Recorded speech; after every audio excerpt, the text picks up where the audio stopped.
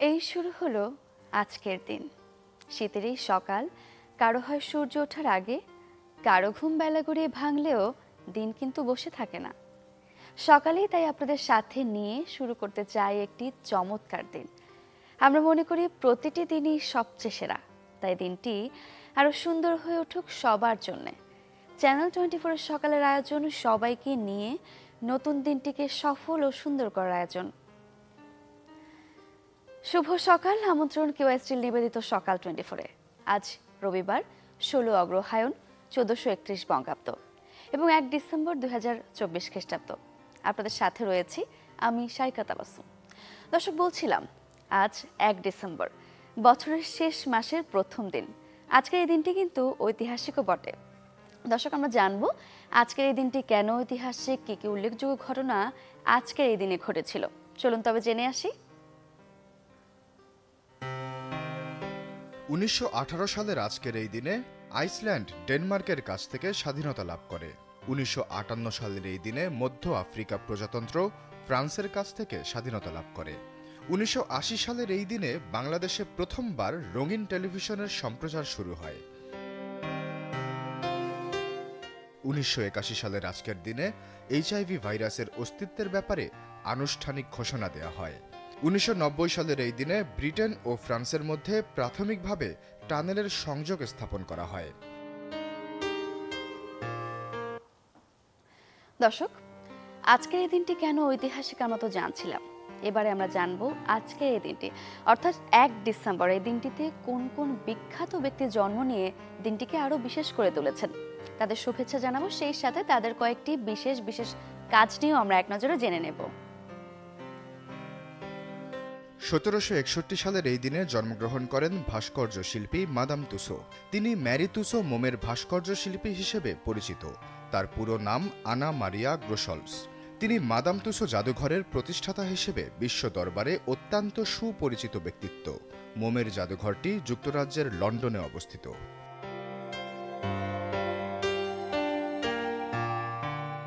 1900 সালের এই দিনে জন্মগ্রহণ করেন শিক্ষাবিদ ও রসায়নবিদ মোহাম্মদ কুদরতে খুদা। দেশে বিজ্ঞান গবেষণা ও বিজ্ঞান শিক্ষা প্রসারে তিনি গুরুত্বপূর্ণ ভূমিকা পালন করেছেন। তার বুদ্ধিদীপ্ত ক্ষুরধার লেখনীর মাধ্যমে তিনি বাংলায় অনেক বৈজ্ঞানিক প্রবন্ধ রচনা করেন। শিক্ষায় অবদানের জন্য তাকে 1976 সালে 21 পদক এবং 1984 সালে মরণোত্তর পদকে ভূষিত করা হয়। 1955 সালের এই দিনে জন্মগ্রহণ করেন ভারতীয় সঙ্গীত শিল্পী উদিত নারায়ণ। 36টির বেশি ভাষায় 25,000 গান গেয়েছেন উদিত।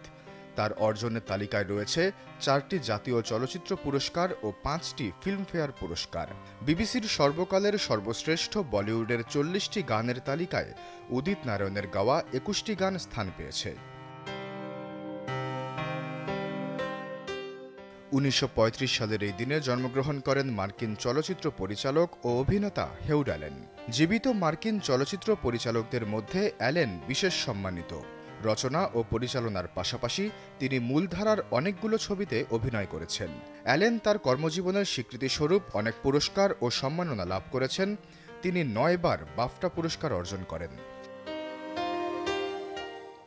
দর্শক, বিশিষ্ট জন তো বটেই, সেই সাথে আপনারা যারা আমাদের সঙ্গে যুক্ত আছেন, আপনাদের কিংবা আপনাদের আপনজনের যাদের আজকে জন্মদিন, তাদেরকে সকাল 24-এর পক্ষ থেকে জানাই অনেক অনেক শুভেচ্ছা।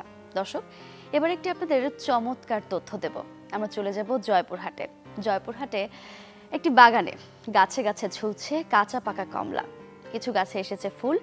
নয়নাভিরামের দৃশ্য চোখে পড়বে জয়পুরহাটের আক্কেলপুর উপজেলার ভিকনি গ্রামের কৃষক ইমরান হোসেনের বাগানে। আমরা বাগানটির কথা বলছিলাম, চলুন আমরা আর বিস্তারিত জানবো। সেখান থেকে যুক্ত হচ্ছেন আমাদের সহকর্মী হারুনুর রশিদ। হারুনুর রশিদ চৌধুরী, শুভ সকাল। আপনি দেখতেই পাচ্ছেন, আপনি বাগানটিতে দাঁড়িয়ে আছেন। এরকম একটি ভিন্ন ধর্মী একটি উদ্যোগ ইমরান হোসেন, কৃষক ইমরান হোসেন নিয়েছেন। আসলে এই উদ্যোগের পেছনের গল্পটি আমরা জানতে চাই। সেই সাথে সাথে বাগানটি তো ঘুরে দেখবো, এবার জানবো এবারে ফলন কেমন হয়েছে।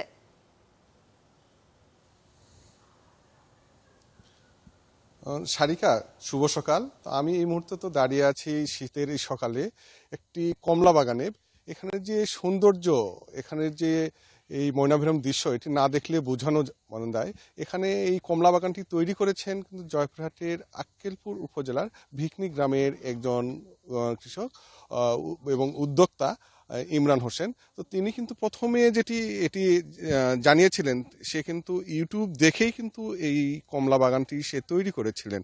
তো প্রথম অবস্থায় কিন্তু কয়েক বছর আগে যখন এই কমলা গাছগুলো লাগে ফল তেমন প্রতিটি গাছ কিন্তু ফল না আসলেও কিন্তু এখন কিন্তু প্রতিটি গাছেই কিন্তু ফল, একটি গাছে 30 কেজির মতো করে ফল পাওয়া যাচ্ছে। বিভিন্ন জায়গা থেকে এখানে একজনের সঙ্গে কথা বলতে, তিনি স্কুলে শিক্ষকতা করেন, তিনিও এই ভোরবেলা আসছেন এই কমলা বাগান দেখতে। তিনি যেটি জানিয়েছেন যে তার এই দৃশ্য দেখতে খুব ভালো লাগে, সকালের এই দৃশ্য, এটা আসলে তো চোখে পড়া মতো এই দৃশ্য নয়। এই দৃশ্যটি দেখার জন্য, উপভোগ করার জন্যই কিন্তু তিনি এখানে এসেছেন। তো এখানে যদি আমি যদি আপনাকে একটু আরো দেখাই যে কমলা বাগানে কিন্তু শুকায় শুকায় ঝুলছে, কোনো গাছে কিন্তু ফুল এসেছে, কোনো গাছে কমলা পেকেছে, আবার কোনোটি এখনো পাকে নাই। বিভিন্ন ধরনের কিন্তু এখানে কমলা আছে। এই কমলা দেখতে কিন্তু আসলে একটা সৌন্দর্য একটা বিষয়, না দেখলে কিন্তু একটু বোঝানো যাবে না, না দেখলে কিন্তু একটু বোঝানো যাবে না। তো এখানে এই মুহূর্তে একজন আছে দর্শন, তাকে একটু জিজ্ঞাসা করব, আপনি তো এখানে আসছেন, আপনি তো সকাল থেকে দেখছি, তো এখানে আসে কমলা বাগানে আপনি কমলা দেখছেন, তো আপনার আসলে কেন এই এই বাগানে আসছেন এই সকালবেলা, যদি একটু জানাতেন। আসসালামু আলাইকুম। আমি যখনই সুযোগ পাই, যখনই সময় পাই, তখনই আমি এই কমলা বাগানে চলে আসি। আমার জানা মতে জয়পুরহাট জেলায় একমাত্র এই কমলা বাগান এখানে। আর আমি বিশেষ করে আরও আশ্চর্য হয়ে গেছি যে এরকম একটা পতিত এবং অনাবাদি জমি, এই জমিগুলোতে যে এইরকম একটা কমলা বাগান হতে পারে, এটা আমি অভিভূত এবং আশ্চর্য হয়ে গেছি। যার কারণে আমারও ইচ্ছা যে এরকম আমাদের অনেক পতিত জমি আছে, সেই জমি গুলোতে আমরা এরকম যদি কমলা বাগান তৈরি করতে পারি, তাহলে আমাদের যে দেশের যে মানে কমলার যে একটা আমদানি, এই আমদানি কমে যাবে এবং বেকার সমস্যা অনেকটা লাঘব হবে বলে মনে করি। আমি আমার স্কুলের শিক্ষার্থী তাদেরকেও আমি এই কমলা বাগানে নিয়ে আসবো ভাবছি, এবং তাদেরকে উদ্বুদ্ধ করব যেন এরকম কমলা বাগান বা কমলার গাছ বিশেষ করে যেন এই অনাবাদি যে পতিত জমি আছে এইগুলাতে যেন তারা এইরকম একটা গাছ লাগাতে পারে। এবং ধন্যবাদ আপনাকে। তো আপনি জানালেন, আপনার ব্যক্ত করলেন যে এই কমলা বাগানের এইগুলো। তো আমি এই মুহূর্তে একটু কথা বলবো এই বাগান যিনি এখানে তৈরি করেছেন, যে উদ্যোক্তা ইমরান হোসেন। তো আপনি যদি একটু জানাতেন যে এই কমলা বাগান আপনি তৈরি করেছেন, আপনি এর আগে কি করতেন এবং কেন এই সমতল ভূমিতে আপনি এই যে কমলার বাগানটা তৈরি করেছেন, এবং বিভিন্ন জায়গা থেকে লোকজন আসে এই কমলা বাগান আপনি দেখতে এবং ক্রয় করতে, এটা আপনার কেমন লাগে যদি আপনি একটু জানাতেন। আসসালামু আলাইকুম, আমি ইমরান হোসেন। আমি ক্ষুদ্র একজন উদ্যোক্তা। তা আলহামদুলিল্লাহ, ব্যাপারটা হয়েছে কি, আমার এখান থেকে দূর দূরান্ত থেকে যখন দর্শনার্থী আসে, আমার কাছে খুবই ভালো লাগে। আমি নিজেকে সার্থক মনে করি যে আমার নিজে হাতে গড়া এই বাগানটি দেখার জন্য যত লোকজন আসে তাদেরকে আমি যথাসাধ্য চেষ্টা করি, তাদেরকে আমার বাগানে ফল খাওয়াই, আমার খুবই ভালো লাগে।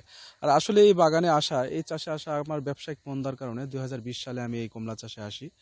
আর এই চাষে উদ্বুদ্ধ হয়ে মূলত আমি ইউটিউব দেখে, ব্যবসা মন্দ থাকার কারণে ভাবছিলাম কোন কৃষিতে যাব, তখন আধুনিক কৃষির মধ্যে এই সাইট্রাস জাতীয় চাষটা করে অনেক উদ্যোক্তায় সফল হয়েছেন। এটা দেখে মূলত আমি উদ্বুদ্ধ হয়ে এই চাষে আসছি। আলহামদুলিল্লাহ আমি সফল এই জন্য বলি, আমার এই বাগানে প্রচুর ফল, কিন্তু একটা ফল বিক্রি করার জন্য আমাকে মার্কেটে যেতে হয় না। এখানে দর্শনার্থী আসে প্রতিটা বছর, এই বছর দিয়ে 3 বছর আমি ফল বিক্রি করব। প্রতিটা বছর আমার নিজের খাওয়ার জন্য কমলা থাকে না, এতটা দর্শকের চাহিদা।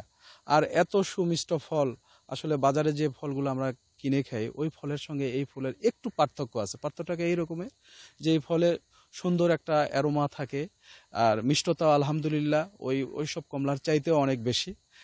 এটাই। ধন্যবাদ আপনাকে। তো আমরা যেটি জানছিলাম এই কমলা বাগানের উদ্যোক্তা ইমরান হোসেনের কাছে, তিনি যেটি জানালেন যে কমলা বাগান কিন্তু শুরু করে তার কিন্তু আগে যে ব্যবসা করতেন, ব্যবসা ছেড়ে এই কমলা বাগান তৈরি করেছেন। তো সেখান থেকে কিন্তু তার এখন অনেক লাভ হচ্ছেন, এখান তার দেখা দেখি আরো নতুন নতুন উদ্যোক্তা সৃষ্টি হচ্ছে, এতেও তিনি কিন্তু খুশি। এবং এলাকার আরো যারা যুবক আছে, তারা চাকরির পিছনে না ঘুরে এরকম যদি বাগান তৈরি করেন, তো সেখান থেকেও তারা কিন্তু কর্মসংস্থানের সৃষ্টি করতে পারেন। তো এমনটাই জানিয়েছিলেন তো এখানকার উদ্যোক্তা। আর এই বাগান তৈরিতে কিন্তু কৃষি বিভাগের পক্ষ থেকে তারাও কিন্তু সার্বিকভাবে সহযোগিতা করেছেন, সেটিও কিন্তু তারা জানাচ্ছেন। আমরা কৃষি বিভাগের সঙ্গে কথা বলেছিলাম, তারা যেটা বলেছেন। হারুনুর রশিদ, আপনাকে অসংখ্য ধন্যবাদ। দর্শক, সফল কমলা ব্যবসায়ী ইমরান হোসেন তিনি ব্যবসায়িক মন্দা থেকে করোনাকালীন সময়ে ইন্টারনেট দেখে শুরু করেছিলেন কমলা চাষ এবং তিনি ব্যাপকভাবে সফলতাও পেয়েছেন, যেটি দেখতে কিনা বিভিন্ন জায়গা থেকে দর্শনার্থীরাও ভিড় করে। আমরা বিস্তারিত জানছিলাম। দর্শক, প্রকৃতি কিন্তু অনেকটাই এখন শীতের দখলে। আমরা একটু শীত পরিস্থিতির খবর জেনে আসবো। আমরা চলে যাব দিনাজপুরে। দিনাজপুর থেকে যুক্ত হচ্ছেন সহকর্মী বিপুল সরকার সানি। বিপুল সরকার সানি, শুভ সকাল। আসলে কেমন দেখছেন আসলে দিনাজপুরে শীতের আমেজ?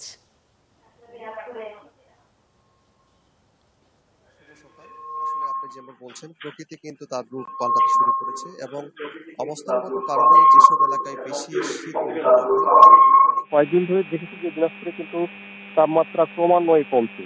আজকে সকাল 6টায় দিনাজপুর আবহাওয়া অধিদপ্তর থেকে যে তাপমাত্রা রেকর্ড করা হয়েছে এটি 12.0 ডিগ্রি সেলসিয়াস, যেটি গতকাল ছিল 12.5 ডিগ্রি সেলসিয়াস, শুক্রবার ছিল 13.8 ডিগ্রি সেলসিয়াস, বৃহস্পতিবার ছিল 14.5 ডিগ্রি সেলসিয়াস এবং তার আগে বুধবার ছিল 13.0 ডিগ্রি সেলসিয়াস। অর্থাৎ তাপমাত্রা কিন্তু ক্রমান্বয়ে কমছে এবং আমরা বেশ কয়েকদিন ধরে দেখছি যে শীতের যে আবহাওয়া, সেই আবহাওয়া এবং ঘন কুয়াশায় ঢাকা, বিশেষ করে একেবারে সকাল থেকে সকাল 9টা পর্যন্ত এই কুয়াশার আবহাওয়া সেটি কিন্তু থাকছে এবং হিমেল বাতাসের প্রভাব। আজকে তাপমাত্রা সাথে হিমেল বাতাসের গতিও কিন্তু বেড়ে গেছে। আজকে হিমেল বাতাস বলছে আবহাওয়া যে ঘন্টায় প্রায় 2 কিলোমিটার। বিশেষ করে এই হিমেল বাতাসের কারণে শীতের যে শীতের অনুভূতি কিন্তু বাড়ছে এবং এলাকার লোকজনের সাথে কথা বলেছি, তারা যদি বলছেন যে খুব প্রয়োজন ছাড়া তারা আসলে বাসা থেকে বেরোচ্ছে না। বিশেষ করে খেটে খাওয়া মানুষ, যারা নিম্ন আয়ের মানুষ, যারা এই সকালবেলা উঠেই তাদেরকে কর্মস্থলে যেতে হয়, তারা কিন্তু মোটামুটি ভাবে একটা দুর্ভোগের মধ্যে পড়েছেন এবং বেশ কয়েকদিন ধরে আমরা লক্ষ্য করছি বিকেল কিংবা সন্ধ্যার পর থেকেই মানুষের কিন্তু উপস্থিতি কমে যাচ্ছে এবং সকালের যে মানুষের যে সমাগম, সেই সমাগমও কিন্তু অনেকটাই কিন্তু কমে যায়। একেবারে বেলা বাড়া থাকছে, তারপর কিন্তু লোকজন তারা ঘর থেকে বেরোতে শুরু করে। খুব প্রয়োজন ছাড়া ঘর থেকে বেরোচ্ছে না, এটা আমরা আসলে বলতে পারি। এবং কৃষক যারা রয়েছেন তারা বলছেন এই শীতের কারণে, বিশেষ করে কুয়াশার কারণে তাদের একটি আশঙ্কার মধ্যে পড়েছেন। তারা বলছেন যে এখন এক বড় বীজতলা তৈরির মৌসুম চলছে। এই বড় বীজতলায় কুয়াশার কারণে ক্ষতিগ্রস্ত হয়, বিশেষ করে অঙ্কুর যে অঙ্কুর অবশ্যই কিন্তু ক্ষমতা কমে যায়, ফলে এটি আতঙ্কের ছড়াতে পারে। একই সাথে যে এখন বর্তমানে আলু এবং টমেটো বীজ বপন চলছে, টমেটো চারা রোপণ চলছে। তারা বলছেন এই কুয়াশার কারণে তাদের বেশ ক্ষতি হয় এবং আবহাওয়া দপ্তর আমাদেরকে যদি জানিয়েছে এই যে কুয়াশা এবং শীতের যে প্রভাব সেটি কিন্তু দিন দিন বাড়তে থাকছে এবং ডিসেম্বরে তীব্র শীত অনুভূত হবে। ডিসেম্বরের শেষের দিকে জানুয়ারি এবং জানুয়ারি শুরুতে এই জেলার উপর দিয়ে শৈত্য প্রভাব বইবে, এটি আবহাওয়া দপ্তর আমাদেরকে বলছে। অসংখ্য ধন্যবাদ আপনাকে। দর্শক, শীত প্রবণ এলাকা দিনাজপুরের শীত পরিস্থিতির খবর আমরা জানছিলাম আজ সকালে সেখানে তাপমাত্রা 12.2 ডিগ্রি সেলসিয়াস, অর্থাৎ ক্রমশই শীত পরিস্থিতি কিংবা শীতের প্রকোপ বেরিয়ে চলেছে। আমাদের সহকর্মী আমাদের বিস্তারিত জানাচ্ছিলেন। দর্শক, শীত পরিস্থিতির খবর তো জানছিলাম, এবার একটু আমরা বাজার পরিস্থিতির খবর জানবো। সকাল সকাল বাজার পরিস্থিতির খবর না জানলেই নয়, আমরা চলে যাব যশোরে। সেখান থেকে যুক্ত হচ্ছেন সহকর্মী তৌহিদুর রহমান। শুভ সকাল। আপনি একটি বাজারেই দাঁড়িয়ে আছেন, আসলে সবজির বিস্তারিত দাম একটু আমরা জানতে চাই আপনার কাছ থেকে। শুভ সকাল সারিকা। আসলে যশোরের বাজারে আপনি দেখছেন যে রং বেরঙের তাজা সবজিতে বাজার একেবারে হাসছে এবং এখানে কিন্তু ক্রেতাদের মুখেও আমরা হাসি দেখতে পাচ্ছি, কারণ শীতকালীন যে সবজি বাজারে উঠেছে তার সরবরাহ পর্যাপ্ত। স্বাভাবিক কারণেই দামও কিন্তু যে গত মাসে যেভাবে হু হু করে বাড়ছিল এখন কিন্তু ঠিক সেইভাবেই দাম কমতে শুরু করেছে এবং আমি যদি বলি আপনাকে যে বেগুনের দাম 100 টাকা ছাড়িয়েছিল, আজকে সেই বাজারে পাইকারি বিক্রি হচ্ছে 60 থেকে 65 টাকা কেজি দরে এবং যে সিম 100 টাকার উপরে বিক্রি হচ্ছিল মাত্র 15 দিন আগেও, সেই সিম আজকে বিক্রি হচ্ছে 60 থেকে 65 টাকা বেশি কেজিতে। এবং অন্যান্য যে সবজি আছে, ফুলকপি, পাতাকপি, আমি যদি বলি যে বরবটি, পালন শাক, লাল শাক, সেগুলা কিন্তু সবই দাম 30 থেকে 40 টাকার ভেতরেই রয়েছে। অর্থাৎ শুধুমাত্র এখানে যে টমেটো এবং পেঁয়াজকলি, তার দাম এখনো কিছুটা বেশি রয়েছে। তারা বলছেন বর্ষার কারণে উৎপাদন পিছিয়ে যাওয়ার কারণেই দামটা বেশি রয়েছে। পেঁয়াজকলি বিক্রি হচ্ছে 150 টাকা কেজি এবং টমেটো এখনো 120 থেকে 130 টাকা কেজি দরে বিক্রি হচ্ছে। এ ব্যতীত অন্যান্য সবজি কিন্তু ক্রয় ক্ষমতার মধ্যেই রয়েছে সব শ্রেণীর মানুষের মধ্যে, সেই কারণে তারা কিন্তু খুবই সন্তুষ্ট এবং বলছেন যে তাদের মুখে হাসিও দেখছি আমরা। তারা বলছেন যে বাজার দর এই নিয়ন্ত্রণে রাখার ব্যাপারে যেন সরকারি যে সংস্থাগুলো আছে তারা সজাগ থাকলে সারা বছরই ক্রয় ক্ষমতার মধ্যে থাকবে বলে তারা মনে করেন। একই সাথে আপনাকে সারিকা জানিয়ে রাখি যে আপনি জানেন যে যশোরের এই অঞ্চল কিন্তু সবজির রাজ্য হিসেবে পরিচিত এবং দেশের যে সবজি চাহিদা তার সিংহভাগই সরবরাহ হয়ে থাকে যশোর থেকে। সেই সবজি মোকাম যেটি আছে 7 মাইল বাজার, সেখানে সাধারণত হাট বসে সপ্তাহে 2 দিন, কিন্তু এত পরিমাণ সবজি বাজারে উঠতে শুরু করেছে যে কারণে সবজি এখন কিন্তু প্রতিদিনই সেখানে হাট বসছে এবং ট্রাককে ট্রাক পণ্য ঢাকা, বরিশাল, চট্টগ্রাম, কুমিল্লা সহ দেশের বিভিন্ন অঞ্চলে চলে যাচ্ছে। এবং সেই সবজির পাশাপাশি যদি আমরা একটু মাংসের বাজারের কথা বলি, মাংসের বাজারেও কিন্তু স্থিতিশীলতা রয়েছে। তবে পেঁয়াজ, রসুন যে মশলার দাম সেটা কিন্তু আগের মতোই দাম বেশি রয়েছে। পেঁয়াজ বিক্রি হচ্ছে 120 টাকা কেজি দরে, রসুন 250 টাকা কেজি। এছাড়া মাংসের দাম কিন্তু এখনো স্বাভাবিক রয়েছে। মুরগির দাম বরং কমতে শুরু করেছে বলে আমরা লক্ষ্য করছি। সারিকা। তৌহিদুর রহমান, আপনাকে অসংখ্য ধন্যবাদ। দর্শক, আমরা যশোর থেকে বাজার পরিস্থিতির খবর জানছিলাম। এবারে কেওয়াই স্টিল নিবেদিত সকাল 24-এর সময় হলো ছোট্ট একটা বিরতির। ফিরছি আরো আয়োজন নিয়ে, আমাদের সঙ্গেই থাকুন। ফিরে এলাম বিরতির পর, আবারও আমন্ত্রণ কেওয়াই স্টিল নিবেদিত সকাল 24-এ। আপনাদের সাথে রয়েছি আমি সারিকা তাবাসসুম। দর্শক, এবার আমরা চলে যাব আমাদের নিয়মিত আয়োজন পত্রিকার পাতায় একটু চোখ বুলিয়ে নেব, জানবো আজকের দিনের সব প্রধান শিরোনামগুলো। শুরু করছি সমকাল দিয়ে। দিল্লির মন বুঝে এগোবে ঢাকা, ডিসেম্বরের দ্বিতীয় সপ্তাহ এফওসি। ভারত উদ্বিগ্ন নিরাপত্তা ও সংখ্যালঘু নিয়ে, বাংলাদেশ জোর দেবে সম্পর্ক উন্নয়নে।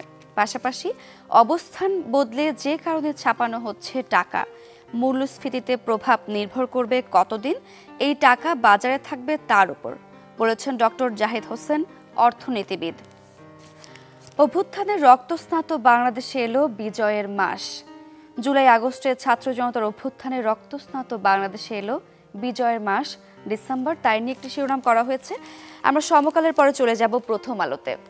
দর্শক, প্রথম আলোর শুরুতে যে শিরোনামটি আমি দেখছি, প্রকল্পে 15 বছরে 3.25 লাখ কোটি টাকা লুটপাট, চাঁদাবাজি, ঘুষ এবং বাড়তি খরচ দেখিয়ে উন্নয়ন প্রকল্পের খরচের 40% পর্যন্ত টাকা লুটপাট। আইন শৃঙ্খলা পরিস্থিতির উন্নতি হয়নি, ব্যবসায়ীরা বিপদে। দুই উপদেষ্টার সামনে ব্যবসায়ীরা দুর্নীতি, মামলা, বাণিজ্য, আইন শৃঙ্খলা, গ্যাস সংকট সহ নানা সমস্যার কথা বলেন। ঢাকা চেম্বারের ব্যবসা সম্মেলনে একটি শিরোনাম করা হয়েছে, যুক্তরাজ্যে হাসিনা ঘনিষ্ঠদের বিপুল সম্পত্তির সন্ধান। যুক্তরাজ্যে বাংলাদেশের ক্ষমতাচ্যুত প্রধানমন্ত্রী শেখ হাসিনার ঘনিষ্ঠ বলয়ের মধ্যে সাবেক মন্ত্রীসহ রাজনৈতিক ও ব্যবসায়ীদের বিপুল পরিমাণ সম্পত্তির সন্ধান পাওয়া গেছে। দর্শক, প্রথম আলোর প্রথম পাতার শিরোনামগুলো তো আমরা দেখছিলাম। এবারে আমরা চলে যাব দৈনিক ইত্তেফাকে। 4 দিন পর 31 জনের নাম উল্লেখ করে মামলা। বাদীর অভিযোগ, আওয়ামী লীগ, যুবলীগ, ছাত্রলীগের ইন্ধনে এই হত্যাকাণ্ড। চট্টগ্রামে আইনজীবী সাইফুল হত্যা নিয়ে শিরোনামটি করা হয়েছে। এদিকে এবার আমরা ব্যর্থ হলে বাংলাদেশ কাশ্মীরে পরিণত হবে বলেছেন সেমিনারে আইন উপদেষ্টা। অর্থ উপদেষ্টা বলেছেন, 15 বছর অকল্পনীয় দুর্নীতি হয়েছে, আইন শৃঙ্খলার উন্নতি না হলে অর্থনীতি টেকানো কঠিন, বলেছেন ব্যবসায়িক নেতৃবৃন্দ। দর্শক, দৈনিক ইত্তেফাকের শিরোনামগুলো দেখছিলাম, আমরা কালের কণ্ঠের শিরোনামগুলো দেখে নেব। পলি প্লাস্টিকে নদীর মরণ দশা, পলিথিন ও প্লাস্টিক বর্জ্যে বাংলাদেশের অন্যতম দূষিত নদীতে পরিণত হয়েছে বুড়িগঙ্গা, তুরাগ, বালু, শীতলক্ষা, কর্ণফুলী ও সুরমা নদী। দর্শক, এই ছিল আজকের দিনের সব প্রধান শিরোনামগুলো। এবার একটু আপনাদের পর্যটনের খবর জানাবো। দর্শক, আমরা মাঝে মাঝেই চেষ্টা করি পর্যটন স্পটগুলোর খোঁজ খবর আপনাদের জানাতে। শীত শুরু হয়ে গেছে আর এই সময়টাতে তো পর্যটকদের আনাগোনাও বেড়ে চলে। দর্শক, আজ আমরা চলে যাব বান্দরবনে, জানবো সেখানকার পরিস্থিতি। আমাদের সঙ্গে যুক্ত হচ্ছেন সহকর্মী ইয়াসিনুল হাকিম। ইয়াসিনুল হাকিম, শুভ সকাল। কি পরিস্থিতি এখন বান্দরবানের পর্যটনের? সেই সাথে আরেকটি বিষয় জানতে চাই। আমরা জেনেছি যে নতুন একটি উদ্যোগ ছাদ খোলা বাস পর্যটকদের জন্য করা হয়েছে। এই উদ্যোগটি নিয়ে আসলে বিস্তারিত জানতে চাই, কেমন সাড়া পাচ্ছে পর্যটকদের?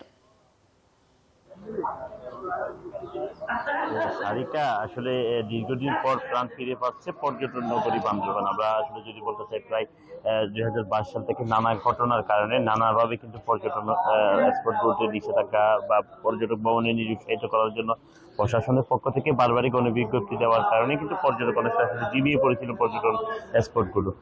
দীর্ঘদিন পর কিন্তু গত 8 তারিখ থেকে, গত মাসের 8 তারিখ থেকে পর্যটন স্পটগুলো মুক্ত করার পরে পর্যটকের কিছুটা মুখরিত হতে শুরু করছে এবং প্রাণ ফিরে পাচ্ছে পর্যটন সংশ্লিষ্ট মানুষের কর্মসংস্থানগুলোতে। আমরা খবর নিয়েছি বা আমরা নিজেরা দেখেছি, আসলে সকাল থেকে বেশ কয়েকটি গাড়ি বান্দরবানের এখান থেকেই, যে আমি যেখানে দাঁড়িয়েছি সেখান থেকে নীলগিরি সহ বিভিন্ন পর্যটন স্পটগুলোতে গিয়েছে এবং সেখানে পর্যটকদেরও আমরা বেশ উৎসাহ উদ্দীপনা আমরা দেখেছি। দীর্ঘদিন পরে বান্দরবান তারা আসছে, সেটা কিন্তু তারাও ব্যাপক উৎসাহ উদ্দীপনা নিয়ে বান্দরবানের গাড়িগুলোতে তারা ঘুরে বেড়াচ্ছে। তবে পর্যটন সংশ্লিষ্টদের সাথে কথা বলেছি, তারা বলতে আসলে দীর্ঘদিন গত 2-3 বছর নানা কারণে তারা আসলে অনেক লোকসান করছে। এইভাবে যদি সে পর্যটন স্পটগুলোতে যেভাবে পর্যটকে এখন আসতে শুরু করেছে, যেহেতু আগামীতে বেশ কয়েক মাস সিজন রয়েছে পর্যটকের, সেই সময়টাতে পর্যটক আরো মুখরিত হবে এখানটা। আর যে সাতখোলা বাসের যে বিষয়টি এসেছে, জেলা প্রশাসনের পক্ষ থেকে দুটি সাতখোলা বাসের অনুমতি দেওয়া হয়েছে, যাতে যে সমস্ত পর্যটক 1 জন 2 জন বা 3 জনের অধিক পর্যটক যারা আছে, তাদের পক্ষে যাদের চাঁদের গাড়িটি 12 জনের গাড়িটি নিয়ে যাওয়া সম্ভব না, তাদের জন্য প্রশাসনের পক্ষ থেকে এই উদ্যোগ নিয়ে একটি কর্তৃপক্ষ, হোটেল হিলভিউ কর্তৃপক্ষ দুটি সাতখোলা বাসের অনুমতি দিয়েছে এবং সেই পর্যটক বাড়ার সাপেক্ষে সেই গাড়িগুলো পরিচালনার কথা জানিয়েছে। এবং অন্যদিকে জিপ কার মাইক্রোবাস মালিক সমিতির পক্ষ থেকেও কিন্তু দুইটি গাড়ি সাতখোলা হিসেবে ব্যবহার করারও তারা সিদ্ধান্ত নিয়েছে, যাতে পর্যটকরা কোনোভাবে এখানে হয়রানির শিকার না হয় এবং পাশাপাশি পর্যটকদের বিনোদনের মাত্রা এবং খরচের পরিমাণটা কমানোর জন্য তারা এই ধরনের উদ্যোগ নিয়েছে বলে আমাদেরকে তারা জানিয়েছে।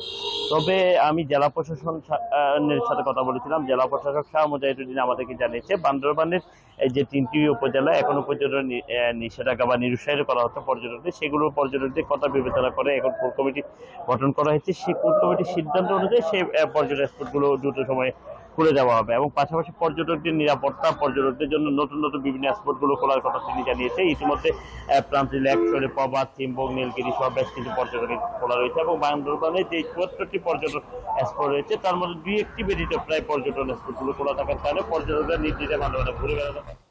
ইয়াসিনুল হাকিম, আপনাকে অসংখ্য ধন্যবাদ।